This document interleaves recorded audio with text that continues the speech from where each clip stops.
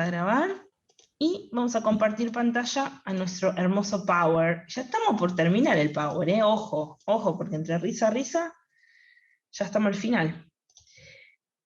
Ok, como siempre saben que si tienen alguna duda, alguna pregunta, algo para acotar, algo para decir, me pueden preguntar con confianza, lo escriben al chat o al grupo de WhatsApp, como quieran ustedes.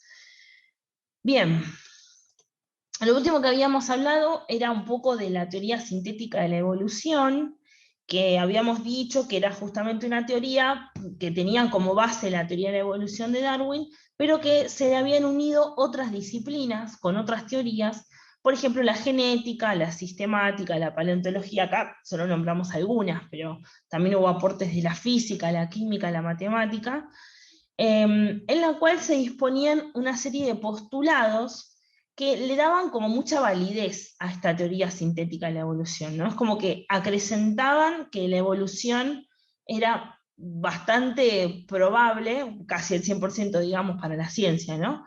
Y que lo que había postulado Darwin era bastante acertado también. Entonces, en esta teoría sintética de la evolución, dentro de sus postulados, ¿sí?, se decía, bueno, obviamente que primero que nada, que la selección natural, a ver quién está acá conectado. Belén y Martín. Nos aceptamos. Esperen que les pongo presente, un segundo. Chan, chan, chan, chan. Acá. Y acá. Ok. Bien. Uno de los preceptos que tenía era justamente lo de la selección natural, ¿no? Exactamente igual a como lo había postulado Darwin, como una fuerza natural, bueno, o como algo, para no llamarlo fuerza natural, es como, justamente la palabra lo dice, ¿no? Una selección que hace la naturaleza de qué genes son los más favorables para adaptarse al ambiente y cuáles son los menos favorables. Pero siempre teniendo en cuenta que es la propia naturaleza la que presiona sobre esas especies para que se adquieran o se modifiquen ciertos genes, ¿sí? Diferente a lo que decía Lamarck, que Lamarck postulaba que era un deseo interno del propio animal por sobrevivir, y para ello generaba o modificaba sus genes para cambiar alguna parte de su cuerpo o alguna genética en particular. Bien, en segundo lugar, el tema de las mutaciones o los cambios aleatorios en los genes. Esto tenía que ver con una propuesta de parte de la genética.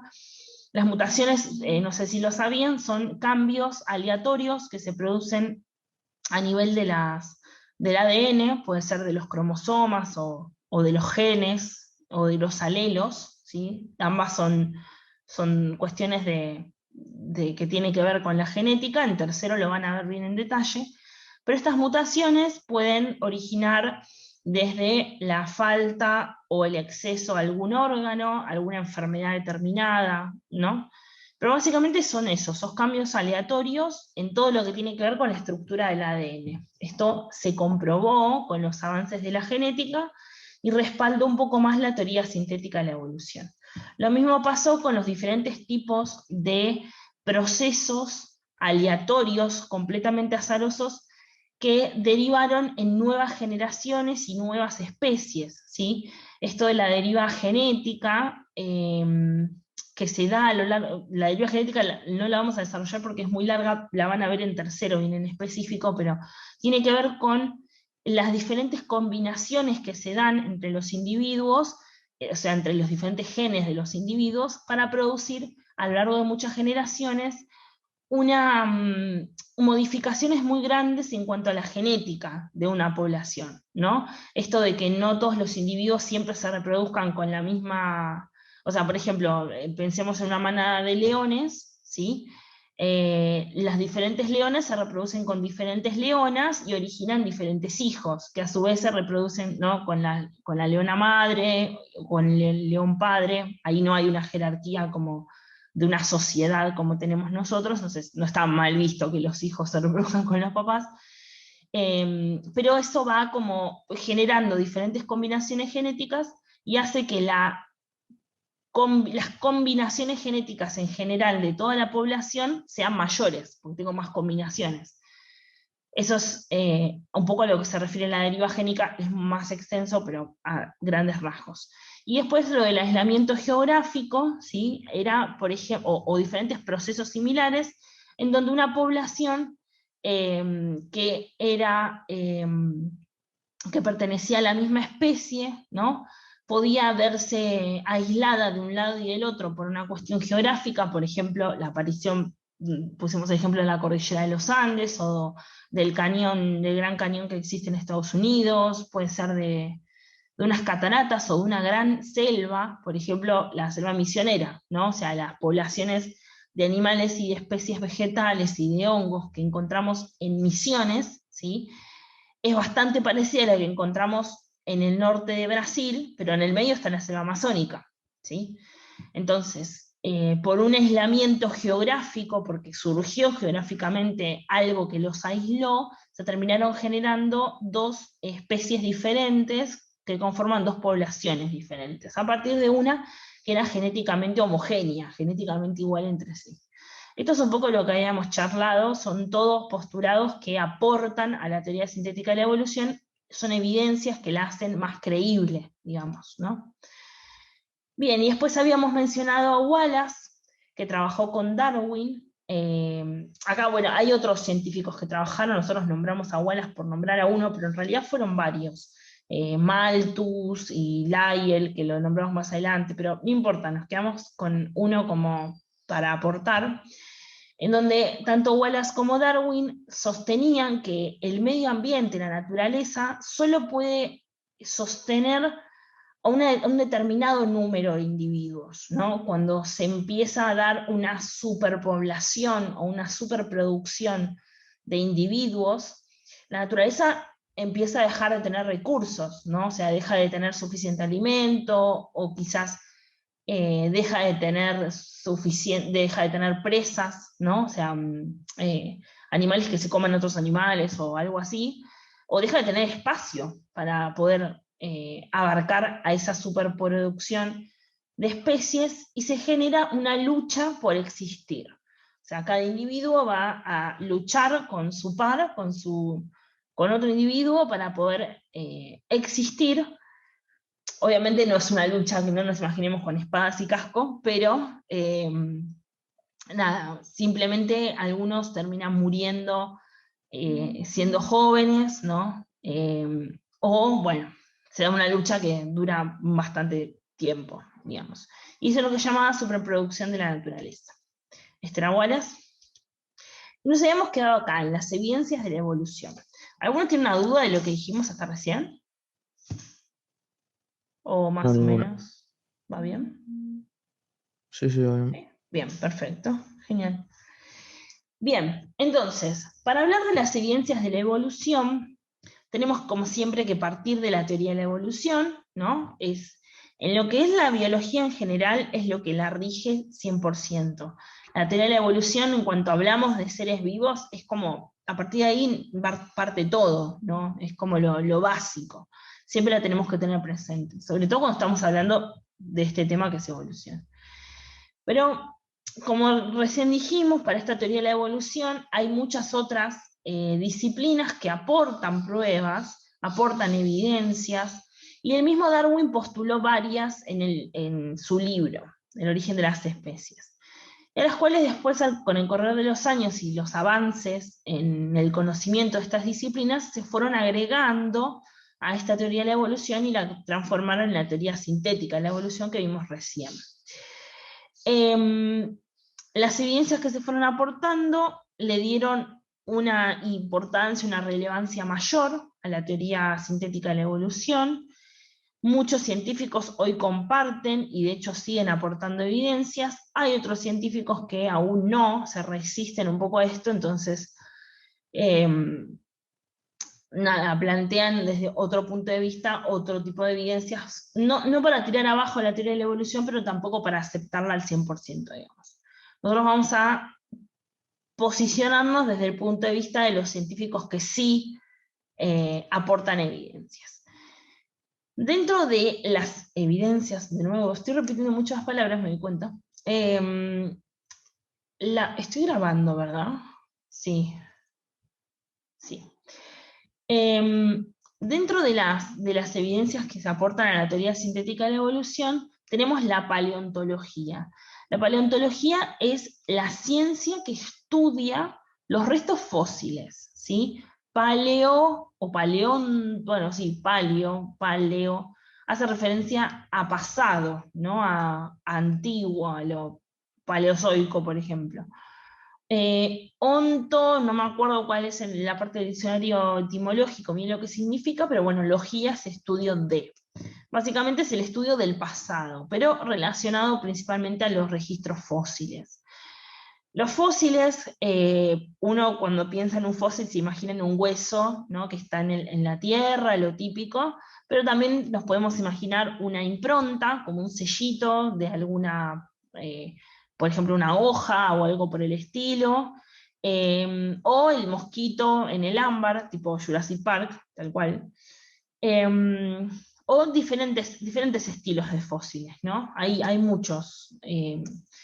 Pero bueno, lo que tenemos que entender que un fósil, por lo general, cuando se lo encuentra, salvo que esté en algún medio como el mosquito del ámbar, que está protegido por una estructura, o salvo que sea el sellito, la impronta, que por lo general se da en hojas o en patas, lo que se encuentra por lo general de los fósiles es las partes duras, los huesos, ¿sí? Huesos o piel de escamas, de placas. Las partes blandas obviamente que no se mantienen, es lo primero que se pudre y se pierde, pasa a formar parte del suelo. Pero el resto de las partes duras se mantienen durante muchos años. Cuando un fósil se encuentra en una roca o en un estrato de la Tierra, lo que se hace es analizar esa roca o analizar ese estrato de tierra, y gracias a eso se obtiene más o menos cuántos años, entre comillas, porque estamos hablando siempre de miles o de millones de años, tiene esa roca o ese estrato. Entonces, como ese fósil fue encontrado en esa parte, en esa roca o en ese estrato, puede inferirse cuántos años tiene el fósil, ¿sí? Además de que obviamente que se le hacen pruebas al fósil mismo, y a veces, muchas veces se obtienen, muchas veces no, pero sí, bastantes veces se obtiene ADN de adentro del hueso, ¿sí? Y bueno, nada, simplemente como para situarnos un poco en cómo es el tema de los fósiles. Si a alguno le interesa más, le puedo pasar un apunte específico de fósiles que está muy copado. Bien, la paleontología entonces es el estudio de los fósiles y es una de las evidencias que aportan a la teoría sintética de la evolución. Porque, primero que nada, nos da una evidencia más concreta de que existieron seres vivos antes de los que conocemos hoy, de los que tenemos hoy idea, mucho antes, millones de años antes. Y también nos permite reconstruir toda la secuencia evolutiva de algunas especies. Por ejemplo, en el ejemplo del caballo, se encontraron, es uno de los registros fósiles mejor conservados, porque se encontraron muchos registros fósiles del caballo a lo largo de muchos millones de años. Y se pudo ir viendo la evolución que tuvo ese caballo, los cambios en ese caballo, obviamente en las partes de los huesos, y con eso se proyectaban las partes blandas también, ¿no? Como que se podían pensar cómo podían ser las partes blandas. Entonces, la paleontología no solamente aportaba la evidencia de que existieron especies allá atrás en el tiempo, sino también de cómo fue cambiando, cómo fue evolucionando esa especie. Y como postulamos eso del caballo, tenemos de muchísimas, desde bacterias, hongos, plantas, hasta virus, les diría, y bueno, obviamente que también animales. Así que aportó muchísimas evidencias en favor de la evolución, ¿sí? Por otro lado tenemos la anatomía comparada. La anatomía comparada, como su nombre lo indica, anatomía hace referencia al cuerpo, el estudio de la parte física de los individuos. Obviamente comparada hace referencia también a que lo estudiamos comparativamente. Por ejemplo, podemos estudiar, no sé, como si le dijera, estudiamos el corazón de diferentes animales, ¿no? El corazón de una ratita, de un ser humano, de una ballena, de, no sé, qué sé yo, de una esponja que no tiene corazón, pero tiene un sistema circulatorio, y vamos viendo las similitudes y las diferencias, ¿no? Eso es anatomía comparada. Entonces, claro, cuando uno estudia la anatomía comparada de diferentes individuos, incluso también con los fósiles, vemos que existe en algunos casos, alguna comparación bastante marcada, ¿no? Como que se puede ver bien las similitudes y las diferencias, y esta parte de la ciencia, lo que es la anatomía comparada, nos da la evidencia más concreta de que en algún momento de la historia de la evolución compartimos ancestros común varias especies, ¿no? Depende de la especie que estemos estudiando, pero la gran mayoría. Entonces, esto hace pensar que también existió un individuo común, allá muy atrás en el tiempo, que dio origen a toda la diversidad que conocemos y que tenemos registros fósiles, ¿no? No sé si estoy siendo muy claro, me estoy repitiendo, pero bueno.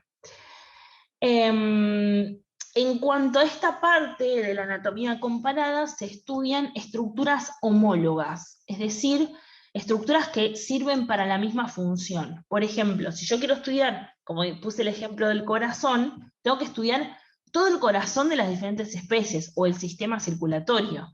No me sirve estudiar el corazón de los seres humanos con la pata de la vaca, con el ala de un murciélago. O sea, si estudio comparativamente, tengo que estudiar siempre estructuras homólogas. Por ejemplo, si estudio la parte de locomoción, tengo que estudiar el pie del ser humano con la pata de la vaca, con el ala del murciélago, con la aleta de la ballena, ¿sí? O sea, estudio estructuras de locomoción, se llaman estructuras homólogas. Son diferentes partes de los organismos, pero que sirven para la misma función, ¿sí? Bien. Acá dice, son semejantes en todos ellos por tener un origen en común, y se comprobó la relación evolutiva, por ejemplo, entre las aves y los mamíferos, ¿sí? Acá está Delphi. Bien. Por medio de la observación de sus miembros anteriores, las patas de adelante, homólogos entre sí. Este tipo de relaciones entre los diferentes organismos solo puede explicarse si se considera que las aves y los mamíferos evolucionaron de un antecesor común, ¿no? Yo estudio el ala de un pajarito y el ala de un murciélago, voy a ver que son estructuras homólogas entre sí, porque las dos son para la función de la locomoción. Entonces digo, pero uno sabe y otro es mamífero. ¿Cómo puede ser? Bueno, se postuló que existía un antecesor común, un ancestro en común entre ellos dos, que terminaron originando... Hola, Delphi. No pasa nada. Que llegaste tarde, no pasa nada. Que terminó originando a estas dos especies. Entonces, la anatomía comparada lo que le brinda a la teoría sintética de la evolución son evidencias estructurales, evidencias corporales, ¿sí? De los diferentes individuos. Bien. No pasa nada, Delphi, tranqui. Bien, acá tenemos una imagen, no se lee muy bien porque si yo quería que se vea grande la imagen no se lee mucho los nombres, pero no se preocupen porque esta imagen está en internet y en realidad lo que nos importa es la fotito de los huesos. Acá tenemos diferentes homologías. Por ejemplo, este brazo acá es el brazo de un hombre, una mujer, un ser humano. Consta de la escápula, que es el hueso que está en la altura de la espalda, el húmero, ¿sí? El brazo, después el antebrazo, compuesto por el cúbito y el radio, perdón, el radio y el cúbito, el radio siempre está por afuera, la mano, que está compuesta por el carpo, que son estos huesos que conforman la palma de la mano, y las falanges, que son las que forman los dedos, ¿sí? Esto es un miembro anterior, es un brazo nuestro. Ahora vamos al caballo. Si nosotros analizamos cómo es la pata de un caballo, si la pudiéramos analizar, vemos que tiene una escápula también, ¿sí? Es este hueso que está acá, pero bueno, en este caso es medio diferente, pero sigue siendo una escápula. Tiene el húmero, más cortito, el cúbito es este huesito chiquitito de acá, el radio es más alargado, el carpo, que en nuestro caso está formando parte de la palma, acá es este pedacito, no dirías como una rodilla, pero en realidad la rodilla está acá arriba. El metacarpo es súper largo, ¿sí? En nuestro caso los metacarpos son estos que están acá, no sé si se llega a ver, son como antes de empezar las falanges de los dedos, justo antes están los metacarpos, o metacarpianos. Y después las falanges, ¿sí? En el caballo se fueron perdiendo evolutivamente todos los dedos hasta que le quedó el dedo medio, el que hace la señal mala que uno a veces no tiene que hacer. Bueno, ese dedo fue el único que quedó, ¿sí? Y obviamente se transformó en una pata. Pero si nosotros lo vemos y lo comparamos con el ser humano, más o menos tiene las mismas estructuras. Sí, obviamente no va a ser exactamente igual. Si fuera exactamente igual, tendría un brazo el caballo, ¿no? Pero salvando las diferencias, se parece bastante. Por lo menos encontramos los mismos huesos. Veamos el ala de un murciélago. En el ala del murciélago empieza desde la escápula, también más reducida en este caso, con una espina, pero bueno, está presente. El húmero también cortito. El cúbito y el radio forman este sector de acá, y un poquito más abajo se unen con el carpo. Y después cada una de estas espinas que tiene, que conforman todo el ala en general, van a ser las falanges, que van a conformar los dedos. Los metacarpianos van a ser largos y las falanges van a ser más chiquitas, pero están, ¿sí? En este caso están los 5. Este representaría como el dedo meñique, el dedo anular, el dedo medio, el dedo índice, y este es el pulgar, súper chiquitito, ¿sí? O sea, es más parecida al ser humano. Bueno, es lógico, ¿no? Digo, tiene todos sus dedos, digamos. Bien, o sea, es parecido al caballo, es parecido al hombre. Y ahora vemos una ballena, o sea, algo, todos son totalmente diferentes, porque imagínense, el brazo del ser humano sirve para agarrar cosas, para manipular. La pata de un caballo a full está corriendo, trotando todo el tiempo. El murciélago con el ala vuela, o sea, nada que ver, ni siquiera está en el piso, digamos, las usa para volar. Y la ballena para nadar. O sea, son todas estructuras que son homólogas entre sí, todas tienen como características muy similares, pero sin embargo las usan para funciones diferentes en cuanto a que una nada, el otro vuela, el otro corre, el otro agarra. Pero todos tienen la misma función, que es la de desplazarse, la de locomoción. Bueno, en el caso del ser humano, no, porque es bípedo, camina en 2 patas, pero si pensamos en el ser humano proveniente de un chimpancé, hasta no hace muchos años en la historia de la evolución, nos servía para desplazarnos también. Bueno, se desplazan los bebés cuando gatean, ¿no? Ese es un vestigio de la evolución también. Bien, y si analizamos de nuevo este miembro anterior de la ballena, tenemos la escápula, tenemos el húmero chiquitito, el cúbito y el radio bastante gruesos, el carpo, los metacarpianos y las falanges, ¿sí? En este caso también tenemos 5 dedos. 1, 2, 3, 4, y este chiquitito, 5, ¿sí? Les vuelvo a pedir perdón que no se ve muy bien la imagen, pero después podemos subir una que se vea mejor. Esta imagen es típica, se encuentra en internet. Hay muchísimas más que también analizan otros individuos. Yo, bueno, analicé estos 4. Lo importante acá es darnos cuenta de que siempre que estemos hablando de un miembro anterior, ¿se me escucha? ¿Más o menos? Sí, ¿Sí? Profe, se escucha. Porque me había salido como el cartel de que estaba medio inestable en internet, y dije, uy, ahora estoy hablando y no se me escucha nada del otro lado. Pero bueno, repito, y ya con esto avanzamos a la otra parte. Lo importante acá es darnos cuenta de que los diferentes individuos tienen muchas semejanzas en común, en este caso estructurales. Por ejemplo, la cantidad de huesos, la disposición de esos huesos, y la función que tiene ese órgano, ¿sí? Como decíamos recién, todos se desplazan, cada uno lo hará a su forma, evolucionó de formas distintas, entonces se habrá adaptado para diferentes tipos de locomoción. Por ejemplo, la ballena adaptó sus huesos en forma de remo para poder desplazarse por el agua. El murciélago lo adaptó en forma de ala para poder, de hoja grande, digamos, justamente para poder trasladarse volando, ¿sí? El caballo habrá adaptado a que su escápula sea más grande, porque acá tiene los músculos que le permiten correr, ¿sí? Y evolutivamente fue mejor seleccionado el rango para tener una sola falange, que habrá sido mucho más eficaz que si hubiera tenido todos los dedos, ¿sí? Nosotros evolutivamente las manos ya no las utilizamos para trasladarnos en sí, pero sí tenemos vestigio de eso en los bebés, lo decíamos recién, pero lo utilizamos más que nada para atrapar, agarrar, ¿sí? Pero bueno, igual así, estos órganos homólogos presentan una evidencia bastante fuerte en cuanto a la evolución, justamente por estas características que estábamos mencionando recién. Bien. ¿Alguna duda o pregunta hasta acá de lo que estamos viendo de las evidencias? ¿O más o menos se entendió? No, está bien. Sí, Se entendió más o menos. Ok, buenísimo. Bien, continuamos un poquitito más. Acá se entendió, perfecto.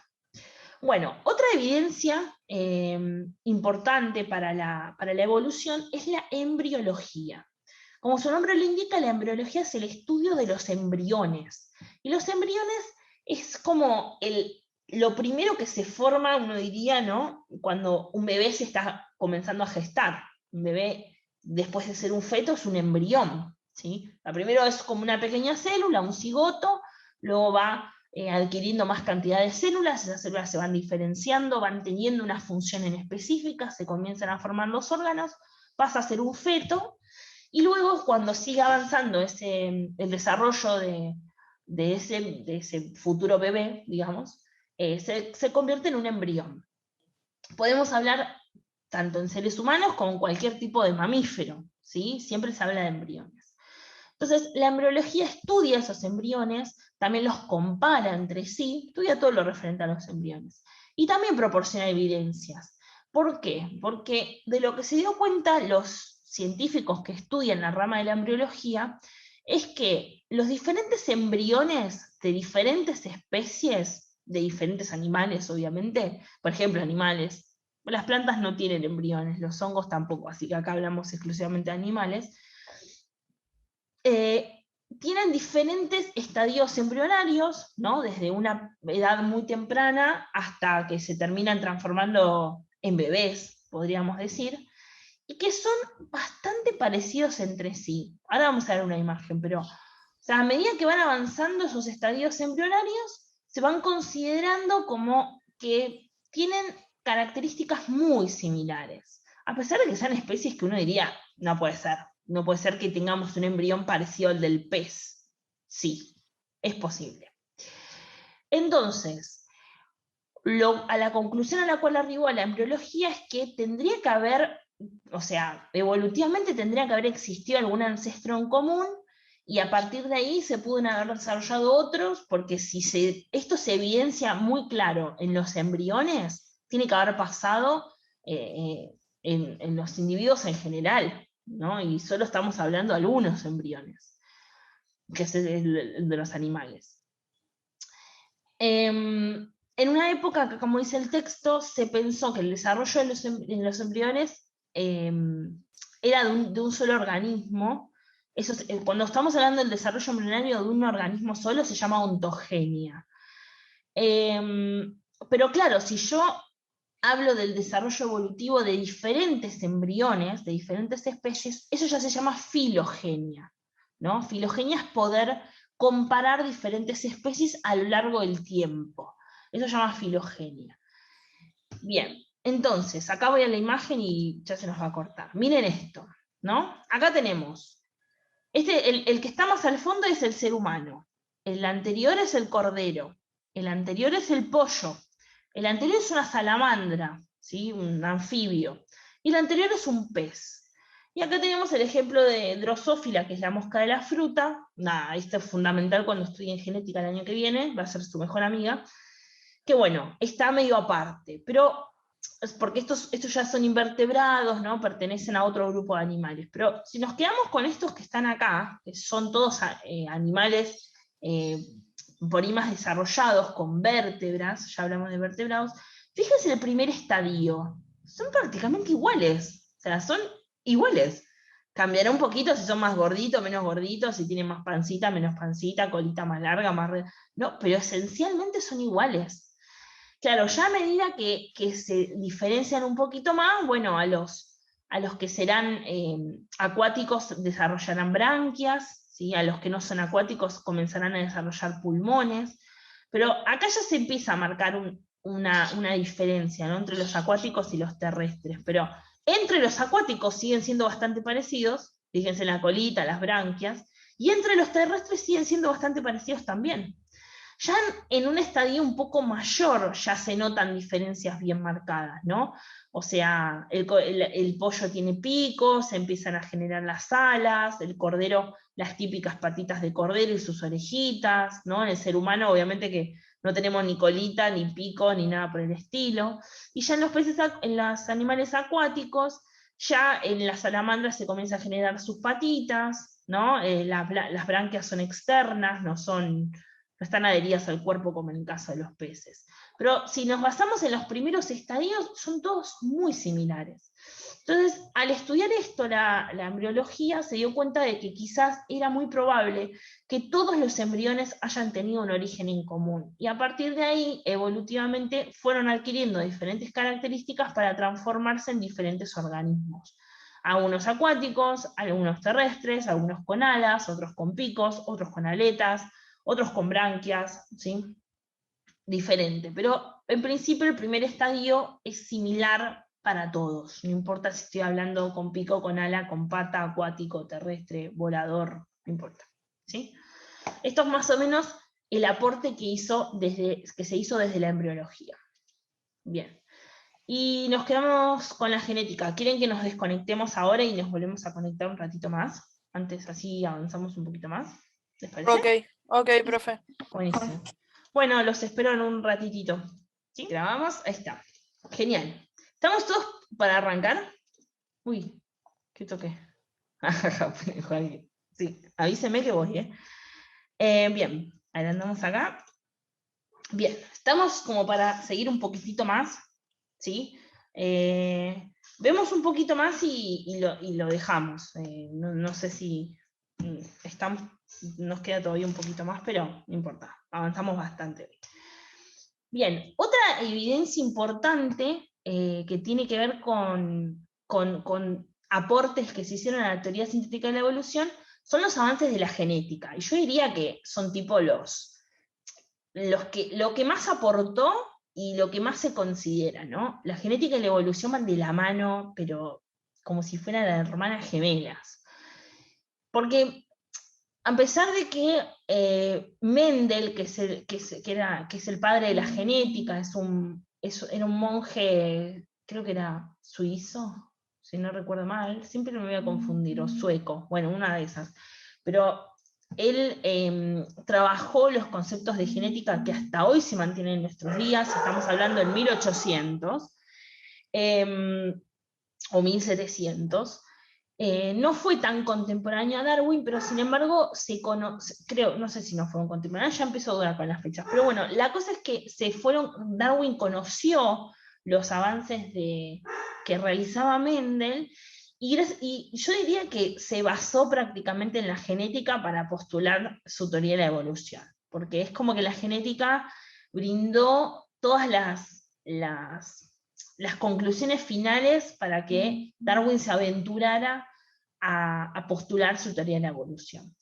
La genética es la ciencia que estudia lo que tiene que ver con la herencia de ciertos caracteres o ciertas características desde los padres hacia los hijos, ¿no?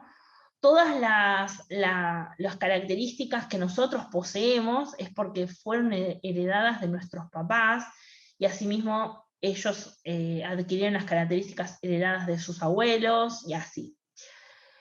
La transmisión de estos caracteres biológicos o de esta información genética le da una evidencia fundamental, porque habla de que esta transmisión genética se pudo haber originado a partir de este organismo ancestral, de este ancestro en común, y a partir de allí la información genética se fue heredando de un grupo de seres vivos al siguiente, ¿no?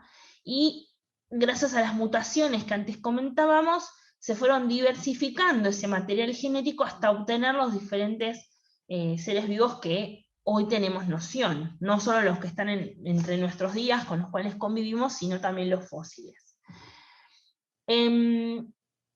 La presencia de los genes, que están dentro de los cromosomas, o sea, es el material genético, los genes son secuencias de información, ¿sí? Son pedacitos que forman una secuencia que decodifican cierta información. Es como un código que tiene la característica de poder leerse, ¿sí? Y a base de eso originar algo, una estructura, una parte física visible, algo no visible como un órgano, y todo lo que puede derivar de eso. Eso es un gen, es el que tiene la información para heredarse. Es decir, es lo que tiene las características que se manifiestan en un individuo. Y estas mutaciones, como recién decíamos, o las diferentes combinaciones totalmente aleatorias, azarosas, ¿sí? Que se dan en el material genético, terminan confirmando las ideas de Darwin, de las poblaciones, de que se originan diferentes especies, de que existe evolución, de que existe un ancestro en común y de que hay selección natural, y fueron como quizás la evidencia más sólida, más firme, para poder aportar a la teoría sintética de la evolución, ¿no? Además de la genética, la bioquímica, que es la química aplicada a la biología, también aportó evidencias acerca de estas relaciones entre los seres vivos en cuanto a la evolución.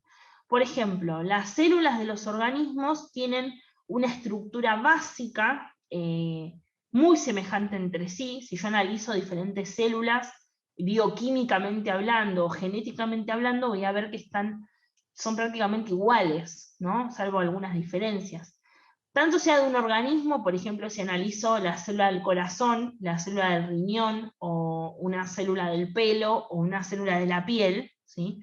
Voy a ver que todas son prácticamente iguales. Ahora, si analizo esas mismas células, pero en los ejemplos que teníamos antes, no en una ballena, en un murciélago, en un caballo, o en una bacteria, voy a ver que bioquímicamente están compuestos por lo mismo, por macromoléculas, ¿sí? Proteínas, hidratos de carbono, lípidos, y también ácidos nucleicos.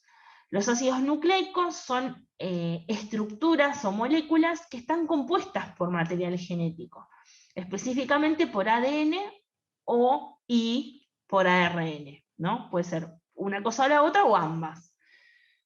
El ADN y el ARN es el que va a transportar y decodificar la información genética. El ADN es el que la transporta de una generación a la siguiente, es la que lleva la información genética, y el ARN es el que la va a decodificar en diferentes proteínas para que esas proteínas se expresen en las diferentes características, ¿no? O sea, las hagan visibles, etc.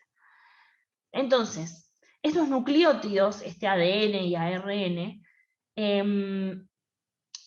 que en realidad los nucleótidos son pequeñas partes que están conformando el ADN y el ARN, pero no importa, estamos hablando siempre de lo mismo, del material genético, determinan que un individuo sea de una especie o de otra. Es decir, nuestro material genético para la especie del ser humano es exclusivo del ser humano. Para las ratas será exclusiva de las ratas, el murciélago será exclusivo del murciélago. La planta, no sé, el árbol de algodón, será solo para el árbol de algodón, ¿sí? Cada uno de los seres vivos que habitan y que habitaron el planeta tiene un ADN específico, que es solamente de esa especie. Después podremos analizar los diferentes ADNs, compararlos, todo lo que ustedes quieran, podemos tener muchas similitudes, podemos tener muchas diferencias, pero cada uno tiene el suyo. Por ejemplo, se han analizado comparativamente el ADN del ser humano con diferentes animales como para tener idea de a cuál nos parecemos más, y obviamente que han salido los mamíferos, en específico los chimpancés, compartimos el ADN prácticamente idéntico a ellos, además de estructuras físicas, ¿no? Muy parecidas. Pero sin embargo también tenemos un ADN bastante parecido al de las ratitas, por eso es que se experimenta mucho, lo cual es bastante discutible, porque se experimenta con las ratas para un fin común, pero ese fin es para el ser humano. Entonces deja de lado los derechos de la ratita como animal. Así que es bastante discutible, pero al tener un ADN bastante similar, se sabe que cualquier prueba que se le haga a las ratas es muy probable que reaccione de la misma manera o de manera similar en los seres humanos, ¿no? Así que nada, eso para contar.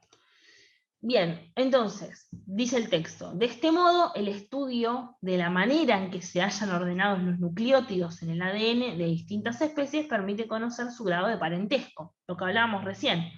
¿De qué forma está ese ADN en las células? ¿Cómo está guardado? ¿Qué información decodifica?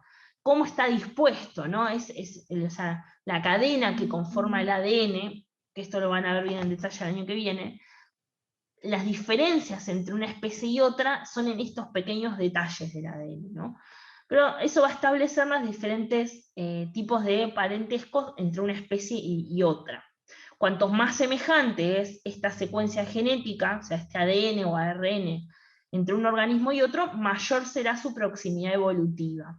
Eso lo vamos a ver un poco en la clase que viene seguramente cuando veamos los árboles filogenéticos, ahí se va a notar mejor. Bien, ¿qué hora es? Ya como que estamos por terminar, ¿no? Casi. ¿Quieren que lo dejemos acá y continuamos la clase que viene? ¿Les parece? Porque nos metemos en este tema y acá ya le damos como en una segunda parte y es un poquito extenso, como ustedes quieran. Lo podemos empezar ahora o directamente cortamos acá las clases y continuamos la semana que viene, como ustedes quieran. Terminémoslo ahora, si no. Nos falta, ¿eh? Este tema es larguito, claro, por eso. Terminamos la clase, decís vos, o el contenido. Pero me voy a dejar de compartir. No, me refería a la clase. Bien, perfecto, buenísimo. Sí, me parece lo mejor porque